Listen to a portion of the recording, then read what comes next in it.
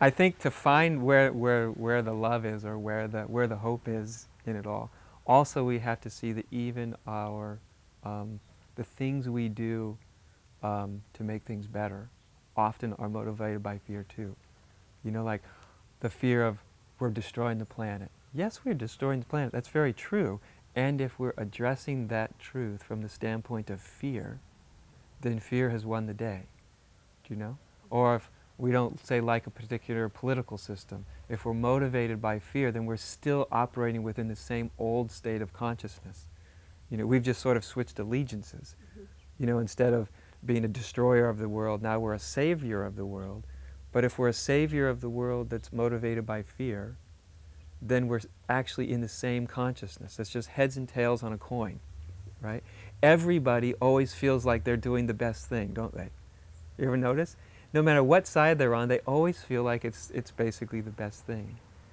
So, but the interesting thing about fear is when you really go through fear, instead of trying to manage fear, the other face of fear is love. They're not actually different things. It's just heads and tails on the same coin. So when we actually can start to meet fear itself, that's when we start to come into love. You know, that's when we come into that, and love always arises from that sense of unity, of what we really, truly, actually are, from the experience of unity, rather than the idea of unity. Because the idea of unity will keep producing fear. The idea, we're all one. It's a nice idea, isn't it? We're all one, we're all spirit, whatever. We're all one, and we're destroying ourselves, and we have to do something about it. And you can feel the fear in it as the idea of oneness. But the experience of oneness, of really feeling it, really realizing it, is the absence of fear.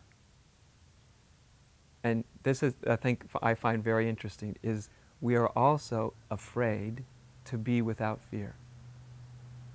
Like, if I wasn't afraid about what would happen to the world if we don't do something, if I wasn't afraid about what might happen to humanity, then I wouldn't have any motivation to do anything. I might just sit in my rocking chair and say, well, it's all spirit and it's all fine. And so there's a fear of not having fear.